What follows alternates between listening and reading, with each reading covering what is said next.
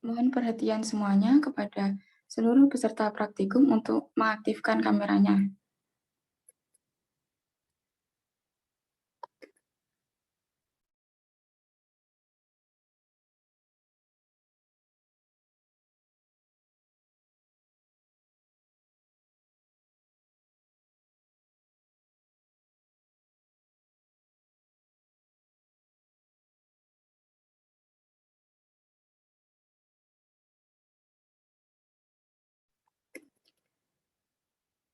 Bismillahirrahmanirrahim. Assalamualaikum warahmatullahi wabarakatuh. Alhamdulillah, alhamdulillahirabbil alamin wa bihi nasta'in wa ala umuri dunya waddin. Wassalatu wassalamu ala asrofil anbiya'i wal mursalin wa ala alihi wa sahbihi ajmain amma ba'd. Puji dan syukur kita panjatkan kehadirat Allah Subhanahu wa taala karena telah melimpahkan rahmat dan karunia-Nya sehingga kita dapat hadir dan berkumpul di Zoom meeting pada pagi hari ini. Tak lupa sholawat serta salam kita sampaikan kepada sebaik-baiknya panutan Nabi besar Nabi Muhammad SAW. Yang kami hormati Bapak Raisani Muharami selaku pemateri kita pada pagi hari ini. Perkenalkan, saya Imro'atul Lutfiyah, asisten laboratorium praktikum Bank Syariah yang akan menjadi MC sekaligus moderator pada pagi hari ini.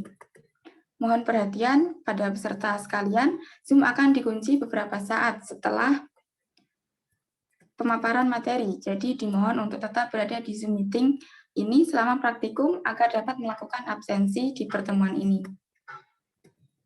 Selanjutnya, tanpa mengurangi rasa hormat kepada Bapak Raisani Muharami selaku pemateri pada pagi hari ini, waktu dan tempat kami persilakan. Baik, bismillahirrahmanirrahim. Assalamualaikum warahmatullahi wabarakatuh. Waalaikumsalam warahmatullahi wabarakatuh. Suara saya terdengar jelas ya, Mbak ya? Dengar, Pak. Oke, baik. Alhamdulillah, wassalatu wassalamu ala rasulillah wa ba'd.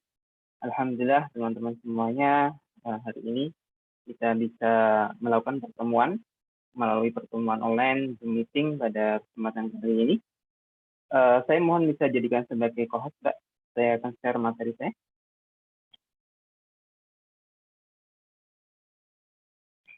Oke, alhamdulillah. Sebelumnya saya sampaikan mohon maaf pada pertemuan yang lalu tidak bisa melakukan pertemuan langsung melalui kelas online pada kesempatan minggu yang lalu, dan kemarin sudah saya berikan terkait dengan video materi untuk pertemuan kemarin, yaitu terkait dengan produk-produk pembiayaan yang ada di perbankan syariah. Mungkin itu merupakan warming up lebih dahulu ya. Artinya ketika kita akan melakukan tahapan analisa pembiayaan, maka suatu hal yang wajib, suatu hal yang pasti yang harus dilakukan oleh seorang banker itu adalah dia harus benar-benar menguasai produk apa yang dilakukan. Karena ketidaktahuan, baik itu nasabah maupun ketidaktahuan dari marketing maupun analis terkait dengan pembiayaan itu akan menjadikan pembiayaan itu akan menjadi bermasalah. Sudah begitu banyak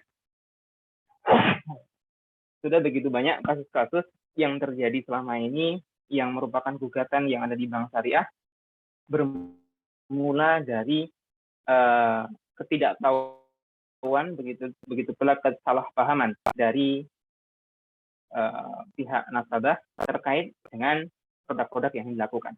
Mereka tidak tahu akad apa yang mereka lakukan, mereka juga tidak tahu apa yang harus mereka lakukan dalam akad tersebut.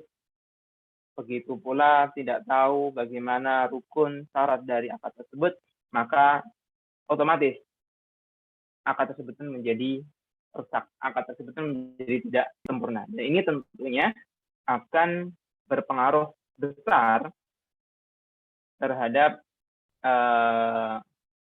kelangsungan akad tersebut nantinya. Begitu pula ketika proses akad itu sudah berjalan, maka itu juga pasti akan menimbulkan masalah yang cukup besar. Nah, teman-teman sekalian, ini merupakan mahasiswa semester 4 berarti ya, Mbak ya. Semester 4, dan semester 3 lalu mungkin sebagian sudah masuk di kelas saya untuk di manajemen bank syariah. Maka kali ini kita akan mencoba kembali menyampaikan terkait apa yang sudah kita pelajari dan juga akan menyampaikan secara umum, secara garis besar, bagaimana proses analisa pembiayaan itu berlaku dan berjalan di bank syariah. Dan materi terkait dengan terkait dengan analisa pembiayaan ini sebetulnya juga akan teman-teman dapatkan pula ketika teman-teman akan masuk di semester 6 nantinya. Sehingga di semester yang akan datang, di tahun yang akan datang, di semester 6, maka teman-teman akan mendapatkan materi analisa pembiayaan secara khusus, dan nanti akan melakukan praktek secara khusus pula ketika di semester 6. Dan kali ini kita akan mencoba menyampaikan secara garis besar seperti apa proses analisa pembiayaan itu berjalan di bank syariah. Saya akan share screen untuk materi kita hari ini.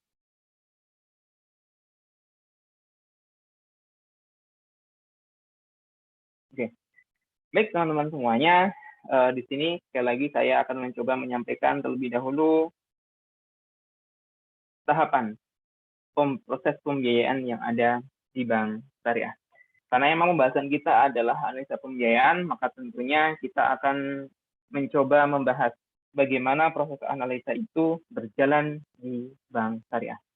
Secara umum, semua perbankan, baik itu bank syariah maupun bank konvensional, maka mereka akan melakukan satu tahapan yang sama dalam proses pembiayaannya. Sebelum pembiayaan itu diberikan, maka proses yang pertama akan dilakukan itu adalah proses analisa pembiayaan. Dan konsep analisa yang ada di perbankan, baik itu konvensional maupun syariah, sama. Mereka sama-sama akan menggunakan prinsip 5C dalam proses pembiayaan. Apa itu 5C? 5C itu adalah karakter, capacity, capital, collateral, dan condition of economy. Ketika kita berbicara karakter, maka berarti kita berbicara bagaimana karakter dari nasabah itu. Bagaimana performa dari nasabah itu. Mulai dari data dirinya, kemudian bagaimana reputasi pekerjaannya, bagaimana sejarah dia dalam transaksi perbankan, apakah pernah ada masalah ataukah belum, bagaimana cara dia berbicara, bagaimana cara dia menyampaikan pendapat, bagaimana cara dia untuk tingkah lakunya seperti apa, akan sama-sama kita lihat terlebih dahulu karakter dari nasabah itu. Termasuk dalamnya bagaimana tuh kegiatan sosial dia selama dalam komunitas yang ada dalam nasabah tersebut. Baik itu komunitas yang ada di tempat tinggalnya maupun komunitas yang ada di perusahaan atau tempat pekerjaan. Begitu pula C yang kedua adalah capacity, yaitu untuk melihat kapasitas, begitu pula untuk melihat kapabilitas dari calon nasabah kita. Kita akan melihat dari sisi historisnya dia, bagaimana historis dia selama ini menjadi seorang pegawai, begitu pula historisnya dia ketika dalam bermasyarakat, secara finansial seperti apa, bagaimana pekerjaannya, apakah gajinya sudah cukup prudent untuk kita berikan pembiayaan, secara edukasi, secara pendidikan, apakah juga cukup layak ataupun tidak, secara hukum, secara manajerial, secara teknis, kita sama-sama melihat bagaimana kapasiti dari nasabah itu ataupun kapabilitas dari nasabah tersebut. Kemudian yang ketiga adalah capital. Ini terkait dengan keuangannya nasabah, terkait dengan modalnya nasabah. Kita bisa melihat dari kemampuan self financing-nya, berarti kita melihat dari pendapatan pribadinya seberapa besar. Baik itu pendapatan yang sifatnya tetap maupun non tetap ketika memang itu dimiliki oleh pihak nasabah. Begitu pula ketika memang dia sebagai seorang pengusaha, sebagai seorang owner dari sebuah usaha, maka kita juga melihat bagaimana order equity-nya. Apakah cukup layak, begitu pula cukup memiliki jiwa kepemimpinan yang bagus ataupun tidak. Maka ini pastinya juga akan berpengaruh terhadap profitabilitas dari perusahaan ataupun usaha yang dia miliki. Begitu pula kita melihat dari DP atau domain payment, uang muka yang dia bayarkan ketika dia akan melakukan pembiayaan. Itu juga menjadi salah satu poin dalam penilaian capital yang ada dalam analisa pembiayaan. Kemudian yang keempat adalah collateral atau jaminan. Ini merupakan hal yang cukup menjadi perhatian utama oleh pihak perbankan ketika nasabah itu akan mengajukan pembiayaan. Karena kolateral ini akan menjadi poin utama. Begitu pula akan menjadi senjata terakhir bagi pihak perbankan ketika nantinya nasabah tidak mampu untuk melakukan pembayaran pembiayaannya kepada pihak perbankan. Dan untuk khusus kolateral ini sudah dibahas oleh pemateri lain, oleh dosen lain, oleh Bu Melia, dan sudah koordinasi dengan saya untuk memberikan tugas terkait dengan kolateral.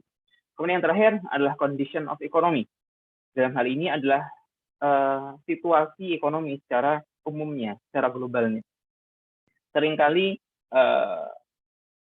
mahasiswa, begitu pula seringkali beberapa pihak nih keliru untuk menafsirkan apa itu condition. Mereka mengira bahwasanya condition ini adalah kondisi dari nasabah itu. Padahal condition di sini bukanlah kondisi nasabah, akan tetapi condition di sini adalah condition of economy, kondisi ekonomi secara global saat itu. Bisa dilihat dari kondisi ekonomi global pada saat itu, sebagaimana kalau yang sekarang terjadi adalah adanya pandemi COVID-19, maka tentunya cukup berpengaruh terhadap kondisi ekonomi negara. Maka secara tidak langsung pun juga berpengaruh terhadap kondisi ekonomi dari masyarakat di Indonesia ini. Maka selama pandemi ini, kalau teman-teman mau melihat, kalau teman-teman melakukan survei ke beberapa perbankan, maka hampir semua perbankan mereka sama-sama melakukan hal yang sama. Sama-sama melakukan strategi yang sama dalam menghadapi pandemi ini. Yaitu mereka sama-sama mengerem, mereka sama-sama membatasi pembiayaan yang mereka berikan. Kalau teman-teman melihat, saya berikan contoh namanya yang ada di BSI, di Bank Syariah Indonesia, maka mereka selama pandemi COVID ini, hampir mereka tidak memberikan pembiayaan kepada nasabah baru. Mereka hanya akan memberikan pembiayaan khusus kepada nasabah-nasabah yang sifatnya adalah fixed income, yang memiliki pendapatan tetap, dalam artian mereka adalah sebagai pegawai. Fixed income pun mereka batasi, bukan tidak untuk semua nasabah fixed income dalam artian dia punya pendapatan tetap saja, akan tapi fixed income ini pun dibatasi hanya untuk nasabah yang berprofesi sebagai ASN, sebagai pegawai negeri sipil. Sehingga pandemi ini pun memberikan dampak bahwasanya BSI tidak bisa seleluasa biasanya untuk memberikan pembiayaan. Mereka tidak bisa melakukan promosi secara lebih luas kepada masyarakat luasnya. Akan tapi mereka dibatasi untuk hanya memberikan pembiayaan kepada nasabah-nasabah prime, nasabah-nasabah ASN yang mereka secara capacity, secara capital sangatlah prudent. Secara capital sangatlah layak untuk diberikan. Maka mereka tidak mau mengambil resiko melihat kondisi pandemi yang tidak menentu. Kita tidak tahu, perbankan tidak tahu kapan pandemi ini akan berakhir. Perbankan juga tidak bisa memperkirakan apakah dengan pandemi ini ekonomi masyarakat akan bisa stabil ataupun tidak. Sehingga untuk menghindari resiko itu, mereka pun memberikan guidance bahwasanya yang bisa diberikan pembiayaan hanya nasabah fixed income dan khusus hanya untuk yang berprofesi sebagai ASN. Kalaupun ditambah, mungkin mereka juga menambahkan hanya untuk para tenaga kesehatan. Itu pun dengan asumsi karena mereka mendapatkan add value finansialnya. Mereka mendapatkan tambahan finansial dari tunjangan khusus COVID saat itu. Itu pun sekarang juga sudah tidak berlaku. Maka sangat gambling bagi pihak perbankan jika mereka akan memberikan pembiayaan kepada pihak lain. Itu untuk yang condition as economy yang pertama. Kalau yang kedua, bisa jadi condition as economy itu terjadi karena melihat dari prospek usaha yang dilakukan oleh pihak nasabah. Kita melihat namanya prospek nasabah itu, taruhlah namanya dia sebagai pedagang makanan lah ya. Dia sebagai taruhlah yang mudah angkringan gitu ya. Dia angkringan di sana. Angkringan ada di mana? Dia tempatnya angkringan itu ada di kompleks perumahan. Oke, di kompleks perumahan elit, dia bikin angkringan di sana, kemudian dia mengajukan pembiayaan. Oke, kalau secara kasarnya, saya memberikan analisa secara kasar, maka saya katakan itu nggak prospek. Kenapa? Pasarnya jadi nggak kelihatan. Orang-orang yang ada di perumahan elit itu mereka cenderung, oke, sekali lagi cenderung ya, bukan semua ya. Ini cenderung mereka enggan untuk untuk makan di tempat yang boleh dikatakan sembarang tempat, contohnya adalah angkringan atau kalau di Solo ya, atau jangan. Mereka cenderung mereka nggak tertarik untuk makan di situ. Maka ketika mereka mendirikan atau usaha mendirikan wedangan yang ada di kompleks perumahan elit, maka saya katakan itu nggak prospek. Kecuali kalau mereka mendirikannya itu di kompleks, kalaupun dia di dekat perumahan elit, dia juga ada di situ ada kompleks-kompleks perumahan yang bisa dikatakan perumahan yang cukup menengah ataupun sederhana. Maka prospek itu akan menjadi lain. Itu juga salah satu dalam kategori condition of economy. Maka bisa diartikan yang namanya condition of economy itu dua. Ekonomi secara global, begitu pula terkait dengan prospek dari usaha yang dilakukan oleh pihak nasabah. Maka kelima hal inilah yang akan dianalisa, kelima hal inilah yang akan dilihat sebelum bank itu memutuskan apakah nasabah itu layak untuk diberikan pembiayaan ataupun tidak. Apakah ini bisa dikatakan bank syariah milih-milih nasabah? Ya, kita katakan milih-milih nasabah. Kenapa? Karena satu sisi bank ingin menjaga keuangannya perbankan, dalam hal ini juga menjaga keutuhan dananya nasabah funding. Dalam hal ini mereka menitipkan dananya untuk diputar oleh pihak bank, menitipkan dananya melalui funding untuk diolah dan dibisniskan lagi oleh pihak bank, maka mereka punya tanggung jawab. Gimana caranya dananya nasabah yang terkumpul ini tetap prudent dan diberikan pada bisnis-bisnis yang menguntungkan. Maka tidak heran bank pun akan memilih nasabah-nasabah yang memang secara karakter, secara capability, secara capital, kolateral cukup prudent dan cukup layak untuk diberikan pembiayaan. Kalau itu dari sisi perbankan. Kalau dari sisi nasabah, apa keuntungannya? Dari sisi nasabah, ketika dilakukan analisa pembiayaan ini, mereka akan bisa dipastikan mereka mampu untuk melakukan pembiayaan di bank syariah. Karena seringkali, begitu pula mungkin teman-teman sudah banyak yang melihat ataupun mengetahui di masyarakat, betapa banyaknya masyarakat mereka yang begitu dilakukan proses pembiayaan, proses kredit di perbankan, mereka tidak mampu untuk melakukan pembayaran angsuran ke pihak perbankan. Mereka merasa berat, dan bahkan kalaupun mereka mampu untuk membayar dengan gaji yang mereka miliki, itu justru memberikan beban kepada keluarga mereka. Dalam artian mereka nggak bisa untuk menghidupi keluarga mereka. Gaji 5 juta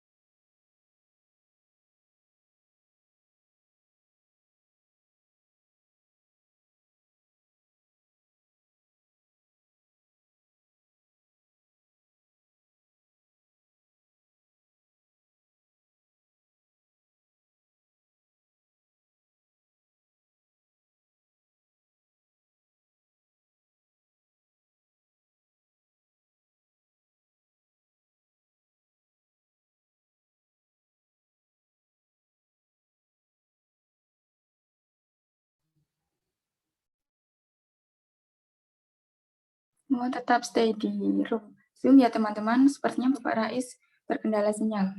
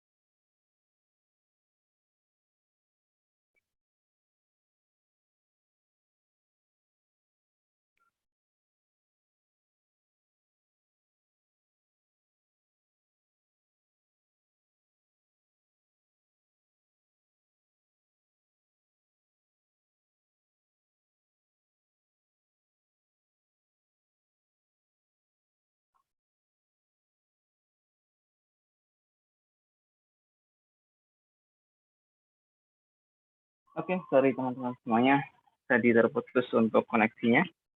Oke, sekali lagi kita lanjutkan pembahasan kita. Itulah tadi prinsip 5T yang akan kita lakukan terkait dengan analisa pembiayaan yang ada di Bank Syariah. Kalau tadi sudah saya sampaikan dari sisi perbankan memang untuk menjaga dananya nasabah funding dan menjaga profitabilitas bagi pihak bank, maka kalau dari sisi nasabah, mereka dipastikan mereka memang layak untuk dijadikan ataupun diberikan untuk pembiayaan oleh pihak perbankan. Sehingga mereka bukan hanya sekedar mampu untuk membayar kepada pihak bank, mereka mampu untuk bayar angsuran, bukan sekedar itu, akan tapi mereka juga dipastikan tetap bisa menjalani kehidupan selama mereka melakukan pembiayaan di bank tersebut. Oke, ini akan berbeda, ini akan terlihat ketika teman-teman ada saudaranya atau ada orang tuanya yang berlaku sebagai pegawai negeri sipil, maka biasanya bagi pihak perbankan, mereka itu adalah sasaran empuk bagi pihak perbankan, terutama bagi perbankan-perbankan yang menjadi payroll dalam gaji PNS.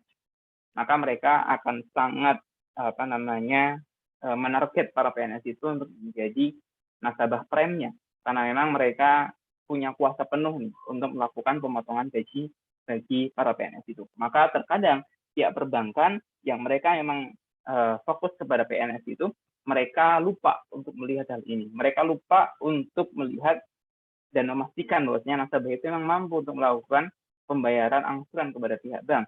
Di sisi lain, mereka juga tidak memperhatikan apakah nasabah itu bisa tetap survive, bisa tetap hidup selama diberikan pembiayaan ataupun tidak. Begitu pula dari sisi perbankan yang sudah saya sampaikan tadi. Maka setelah kita melakukan prinsip analisa 5C ini, maka kita coba lihat bagaimana sih sebetulnya proses pembiayaan yang ada di bank syariah. Saya akan sekilas saja menyampaikan hal ini karena sudah saya berikan ketika di mata kuliah manajemen bank syariah. Baik, inilah proses pembiayaannya. Mulai dari solisitasi, collecting data, analisa pembiayaan, komite pembiayaan, offering letter, akad, dropping pembiayaan, dan monitoring. Solisitasi, collecting data, analisa, saya percepat. Nah, ini yang perlu saya sampaikan. Petugas pembiayaan. Oke, beberapa perbankan mereka ada yang memiliki tim analisa pembiayaan sendiri, ada pula yang mereka itu tidak memiliki tim pembiayaan sendiri. Maka hal itu harus disesuaikan dan tidak bisa kita jadikan sebagai sebuah patokan dalam proses pembiayaan di bank syariah. Yang saya contohkan ini adalah proses yang ada di perbankan yang mereka tidak memiliki analis secara mandiri dan juga yang memiliki analis secara mandiri. Secara umum, proses pembiayaan di bank syariah itu setelah melalui proses analisa, mereka akan masuk dalam proses komite pembiayaan. Oke. Di sini biasanya saya tulis masih berupa proses pembiayaan, tapi ini adalah petugas bank dalam hal ini adalah dalam proses komite pembiayaan. Oke, siapa saja mereka? Mereka itu adalah, yang pertama adalah analis atau marketing officer. Yang saya katakan tadi, terkadang ada perbankan yang mereka punya tim analis sendiri, ada yang tidak memiliki tim analis sendiri. Yang tidak memiliki tim analis sendiri, maka otomatis mereka menjadikan marketingnya, menjadikan account officer-nya sebagai analis sekaligus. Mereka cari nasabah, mereka pula yang akan menganalisa. Maka terkadang ketika posisi analis itu masih jadikan satu dengan marketing, maka mereka cenderung tidak objektif. Satu sisi sebagai seorang marketing, dia punya tuntutan untuk mencapai target pembiayaan, mereka punya tuntutan untuk achieve dalam pembiayaan, tapi satu sisi mereka juga harus menjaga prudensial banking-nya. Mereka harus menjaga keamanan dari pembiayaan yang dia berikan kepada pihak nasabah. Mereka juga harus memastikan bahwasanya nasabahnya itu memang nasabah yang layak, bukan nasabah yang asal-asalan. Sehingga karena adanya disparitas kepentingan tadi, adanya konflik kepentingan ataupun konflik of interest tadi, maka beberapa perbankan mereka memisah antara seorang analis dengan seorang marketing. Sehingga dengan pemisahan itu, analis menjadi pihak yang independen. Analis menjadi pihak yang berdiri sendiri dan dia tidak terkooptasi, dia tidak terbebani dengan yang namanya target pembiayaan. Beberapa perbankan yang sudah menerapkan hal ini, diantaranya adalah BSI. BSI sebelumnya BSM, saya tahu mereka sudah punya tim analis sendiri, RFC namanya kalau tidak keliru. Di Bank Muamalah juga begitu, tim niaga juga seperti itu. dan juga di kalau perbankan konvensional hampir semuanya punya. Mandiri mereka punya, BRI mereka juga punya, kemudian BTN sepertinya juga mereka punya, sehingga mereka lebih independen dan terjaga independensinya dalam menilai dan menganalisa nasabah tersebut. Nah, siapa saja timnya? Maka ketika sudah mulai proses pembiayaan tadi, sudah mulai proses analisa tadi, maka kemudian hasil dari analisa itu akan diskusikan bersama antara marketing manager, kepala cabang, kepala divisi, dan direksi. Kalau memang di sini adalah marketingnya dipisah dengan analis, maka berarti ada tambahan satu lagi anggota, yaitu adalah analis. Kalau memang itu dipisah. Oke, berarti adalah marketing, analis, kepala cabang, kepala divisi, dan direksi. Dan yang terakhir adalah admin pembiayaan. Mereka lah yang akan melakukan diskusi dan menentukan apakah nasabah itu memang layak untuk kita berikan pembiayaan ataupun tidak, dan apakah nasabah itu akan kita berikan pembiayaan nominal berapa, atau akan kita dropping pembiayaan nominal berapa, itu ditentukan melalui proses komite pembiayaan. Setelah itu akan keluar namanya underwriting, akad pembiayaan, dan setelah itu dropping, dan terakhir adalah monitoring. Inilah proses secara umum yang ada dalam perbankan syariah. Kemudian yang perlu untuk disampaikan pula adalah terkait dengan performa dari pembiayaan itu. Oke, performa pembiayaan itu atau biasa kita sebagai kolektabilitas atau oleh orang perbankan biasanya disingkat dengan call 1, call 2, call 3, call 4, call 5. Call 1 itu berarti dia lancar. Kemudian call 2 adalah DPK dalam perhatian khusus. Call 3 kurang lancar, call 4 dilakukan, dan call 5 adalah macet. Seperti apa kategorinya? Kategorinya ini. Lancar berarti dia tepat waktu, sesuai dengan jangka waktu yang ditentukan. Dia harus bayar setiap tanggal sekian, maka dia melakukan pembayaran tepat waktu. DPK berarti dia sudah pernah nunggak sampai dengan 90 hari. Berarti telat 1 sampai 90 hari, 3 bulan. Kemudian kurang lancar atau call 3, berarti dia sudah telat selama 3 sampai 6 bulan. Diragukan, dia 6 bulan sampai, ini berarti 9 bulan, 6 sampai 9 bulan, dan macet lebih dari 9 bulan. Itu adalah kategorisasi kolektabilitas. Maka kalau teman-teman melihat rasio yang ada di perbankan syariah, di sana ada rasio yang namanya adalah rasio non-performing financing, NPF. Nah, NPF itu merupakan rasio untuk melihat rasio pembiayaan bermasalah yang ada di bank syariah. Terutama adalah rasio macet, rasio pembiayaan macet yang ada di bank syariah itu adalah NPF. Oke, kolektabilitas dibedakan antara kolektabilitas bagi pembiayaan yang sifatnya pembiayaan berbasis margin atau murabahah, istisna, salam, termasuk di dalamnya adalah ijarah, maka semuanya berbasis margin. Karena berbasis margin, maka kolektabilitasnya adalah tadi kategori. Kalau untuk yang mudharabah musyarakah dalam artian pembiayaan yang berbasis bagi hasil, maka sedikit berbeda kategori dari kolektabilitas yang ada. Kalau 1 berarti tepat waktu, kemudian langsung kepada call 3, yaitu kalau dia telat 1 sampai 90 hari, dalam artian sampai 3 bulan, maka berarti dia ada kurang lancar. Kemudian 3 sampai 6 bulan, berarti dia adalah diragukan.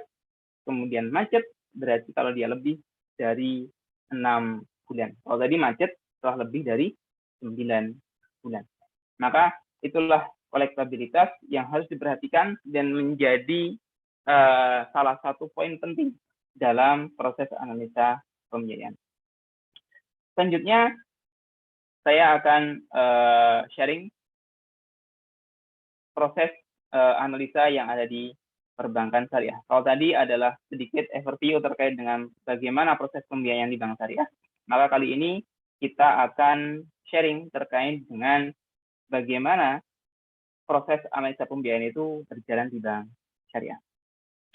secara umum untuk dapat melakukan analisa 5T, untuk dapat melakukan analisa karakter, capacity, capital, kemudian collateral, dan condition of economy, maka secara umum paling tidak ada dua hal, ada dua tindakan, ada dua aksi yang harus kita lakukan dalam proses analisa pembiayaan. Yang pertama adalah proses investigasi, dan yang kedua adalah proses appraisal atau taksasi. Dua kegiatan inilah yang menjadi kegiatan utama dalam proses analisa pembiayaan. Dan dengan dua proses ini dan dengan dua tindakan ini, maka kelima hal dalam analisa pembiayaan, baik itu karakter, capacity, capital, collateral maupun condition, semuanya bisa dilakukan dan semuanya bisa dianalisa dengan dua kegiatan ini. Yang pertama yang akan kita bahas tentunya adalah yang investigasi, dan nanti untuk yang appraisal, sebagaimana saya sampaikan tadi, karena memang appraisal ini terkait dengan kolateral, itu sudah dibahas pada pertemuan sebelumnya yang disampaikan oleh Bu Melia, dan sudah diberikan penugasan, dan itu juga merupakan penugasan untuk proses analisa pembiayaan yang saya sampaikan. Nah, karena memang analisa untuk appraisal sudah disampaikan oleh dosen yang lainnya, maka kali ini kita fokus pada proses yang pertama, yaitu investigasi. Investigasi ini akan kita lakukan untuk melihat keempat analisa dalam proses analisa 5T, yaitu untuk melihat karakter, kemudian untuk melihat capacity, kemudian capital, dan yang terakhir adalah condition of economy. Semuanya akan kita lakukan dengan kegiatan investigasi ini. Apa tugasnya? Inilah tugas dari investigasi. Melakukan verifikasi dokumen, melakukan verifikasi by phone, kemudian melakukan kunjungan ke tempat usaha nasabah, melakukan analisa pendapatan, membuat report, dan melakukan analisa kemampuan bayar. Inilah tugas dari investigasi. Inilah tugas oleh seorang investigator. Sebutan bagi orang yang melakukan investigasi, yaitu investigator, yaitu melakukan keenam tugas pokok ini. Verifikasi dokumen, verifikasi by phone, kunjungan ke tempat usaha, analisa pendapatan, report, dan analisa kemampuan bayar. Nah, sebelum kita melakukan keenam hal tadi, maka kita perlu untuk memastikan terlebih dahulu nasabah kita itu masuk dalam kategori fixed income ataukah masuk kategori non fixed income. Oke, fixed income berarti pendapatan tetap, dan non fixed income pendapatan tidak tetap. Verifikasi dokumen, maka berarti kita melakukan verifikasi terkait dengan dokumen yang dikumpulkan nasabah. Kita lihat kebenaran data itu, kita lihat kesesuaian data antara satu data dengan data yang lainnya, kita lihat data-data itu apakah valid ataupun tidak. Maka dalam proses tahapan yang pertama ini, kita sebagai investigator, kita harus melakukan verifikasi dan juga validasi dari data yang dimiliki oleh pihak nasabah. Selanjutnya, setelah kita melakukan verifikasi data secara secara umumnya itu tadi, maka kita perlu tahu berarti data apa saja nih yang perlu kita verifikasi. Paling tidak ini, yaitu adalah KTP, NPWP, kartu keluarga, buku nikah. Yang tidak itu. Keempat, data itu yang kita verifikasi. Kita cocokkan data satu dengan data yang lainnya. Pastikan namanya sama, pastikan tanggal lahirnya sama, pastikan alamatnya sama. Ketika berbeda, maka kita harus mencari informasi. Kenapa data itu bisa berbeda? Apakah memang data itu berbeda karena terkait dengan perpindahan domisili, ataukah ada data yang berbeda itu karena memang ada kesengajaan dari nasabah untuk memasukkan data. Oke, karena memang yang namanya mafia pembiayaan itu sangat banyak. Namanya mafia kredit itu sangat banyak dan merata hampir di semua daerah. Maka kita harus hati-hati untuk melakukan verifikasi data dokumen ini. Kemudian yang terakhir, dan ini yang cukup penting, adalah kita melakukan verifikasi dari SLIK atau biasa disebut sebagai SID, Sistem Informasi Debitur. Oke. Apa itu SID? Apa itu SLIK? SID atau SLIK dulu biasa kita sebut dengan BI checking. Oke. BI checking, kenapa namanya BI checking? Karena dahulu yang mengeluarkan informasi ini adalah BI. Maka namanya adalah BI checking. Akan tetapi karena sekarang otoritas perbankan berubah dari di bawah Bank Indonesia berubah menjadi di bawah otorisasinya OJK, maka sekarang proses untuk melihat informasi keuangan ini bukan lagi di bawah BI, bukan lagi dikeluarkan oleh pihak BI, akan tapi dikeluarkan oleh pihak OJK. Makanya sekarang namanya bukan lagi BI checking, tapi namanya adalah SLIK, Sistem Layanan Informasi Keuangan, atau SID, Sistem Informasi Debitur. Sama itu isinya. Oke. Apa isi dari SLIK maupun SID? Isinya adalah terkait dengan informasi riwayat performa nasabah di perbankan. Dalam artian, semua masyarakat yang dia pernah melakukan pembiayaan di perbankan, maka otomatis mereka terikat di SID-nya. Maka otomatis mereka terikat di SLIK-nya ataupun BI checking-nya. Mereka pasti akan terikat. Mau dia di bank tingkat cabang, kok cabang sih namanya? Cabang yang ada di pusat maupun cabang, wilayah, regional, semuanya akan terdeteksi. Baik untuk pembiayaan yang jumlahnya kecil maupun besar, konsumer maupun untuk industri, maka semuanya pasti akan terikat. Maka hampir tidak mungkin orang yang pernah melakukan pembiayaan di bank tidak ada datanya di SID. Kecuali memang nasabah yang belum pernah melakukan pembiayaan ke bank manapun itu, baik itu syariah maupun konvensional. Oke, umpamanya ini saya karena belum pernah melakukan pembiayaan di bank, maka berarti SID saya ketika dicek oleh perbankan pasti kosong. Karena memang belum pernah ada record pembiayaan, tapi sudah bisa kita lihat datanya. Semua data penduduk akan terrecord di SID ini. Ketika belum ada datanya, maka kosong. Ketika sudah ada datanya, maka pasti akan ada data secara rinci. Secara umum, SID maupun BI checking ini berisi terkait dengan informasi riwayat pembiayaan ataupun kredit nasabah tersebut di bank manapun itu. Nah, di SID inilah kemudian tercantum korektabilitas tadi. Akan terlihat riwayat dia melakukan kredit di perbankan. Apakah selama melakukan kredit itu dia masuk dalam kategori call 1, ataukah call 2, ataukah call 3, ataukah 4, ataukah 5. Semuanya akan terrecord. Yang akan kita setujui yang mana? Tentunya yang call 1, yang dia lancar bayarnya. Maka mereka cenderung akan lolos SID-nya. Akan tetapi, ketika dia sudah masuk call 2, call 3, call 4, call 5, maka pihak perbankan cenderung akan hati-hati dan bahkan mungkin akan menolak pembiayaan dari nasabah itu. Oke, karena memang mereka sudah memiliki track record pernah nunggak, pernah macet dalam beberapa periode pembiayaan. Apalagi kalau dia sudah call 3, call 4, call 5. Kalau call 2, ada beberapa bank yang dia masih memberikan toleransi untuk diberikan pembiayaan. Tapi kalau sudah call 3, 4, bahkan 5, pasti akan ditolak.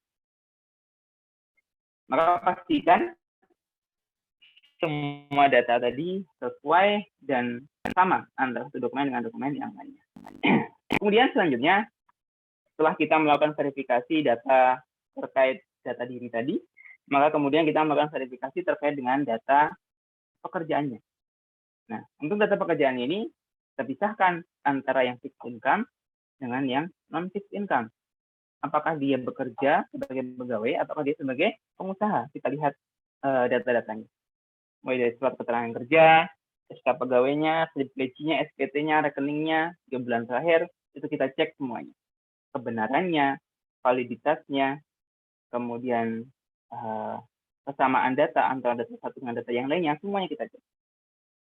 Begitu pula untuk yang non-fixed income. Semuanya juga akan kita lihat, mulai dari dokumen legalitas perusahaan atau usahanya, laporan keuangan 6 bulan, invoice atau nota penjualan, kontrak kerjasama, rekening tabungan. Tapi ini berbeda, kalau yang fixed income adalah rekening tabungan 3 bulan, maka untuk yang nasabah non-fixed income atau nasabah pengusaha, owner ataupun sebagai wirausaha, maka mereka harus melampirkan rekening tabungannya 6 bulan. Sebagaimana laporan keuangan dia juga harus 6 bulan. Kemudian setelah kita cek data-data tadi, mulai data dirinya, KTP, NPWP, AK, dan yang lain-lainnya tadi. Kemudian kita cek data pekerjaannya. Yang fixed income berarti adalah surat keterangan kerja, ada slip gaji, ada SK kepegawaian. Semuanya kita cek dan kita pastikan benar, pastikan semuanya sesuai.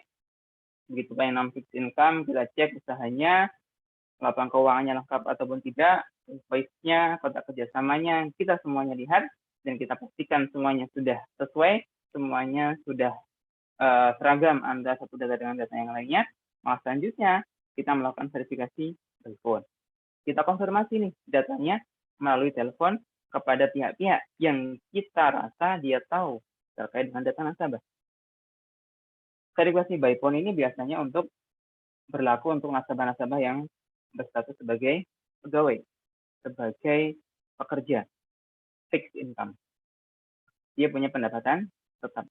Maka kita verifikasi by phone. Biasanya ke siapa? Biasanya kita lakukan verifikasi by phone ini kepada pihak HRD atau pihak SDM-nya perusahaan.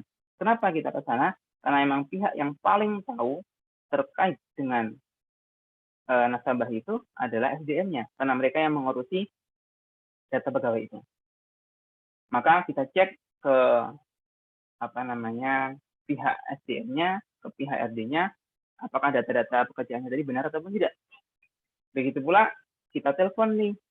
Kalau kita telepon ke HRD itu berarti terkait dengan data pekerjaannya, maka terkait dengan pribadinya nasabah, kita tanya ke siapa? Kita tanya kepada saudaranya. Atau kita tanya kepada pihak yang memang direkomendasikan itu tahu terkait dengan karakternya nasabah, terkait dengan nasabah itu. Maka biasanya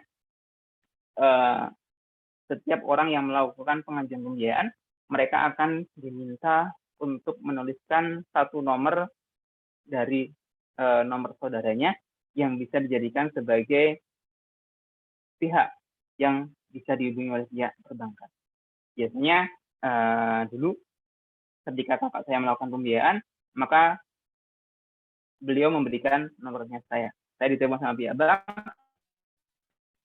saya ditanyakan apakah ini benar sebagai saudara kandungnya, apakah benar dia bekerja di perusahaan A, dia sudah bekerja berapa lama, tinggalnya di mana, benar KTP-nya ini ataupun tidak, apakah benar tanggal lahirnya adalah ini, semuanya kita konfirmasi, semuanya dikonfirmasikan ke saya, karena memang nomor saya yang diberikan.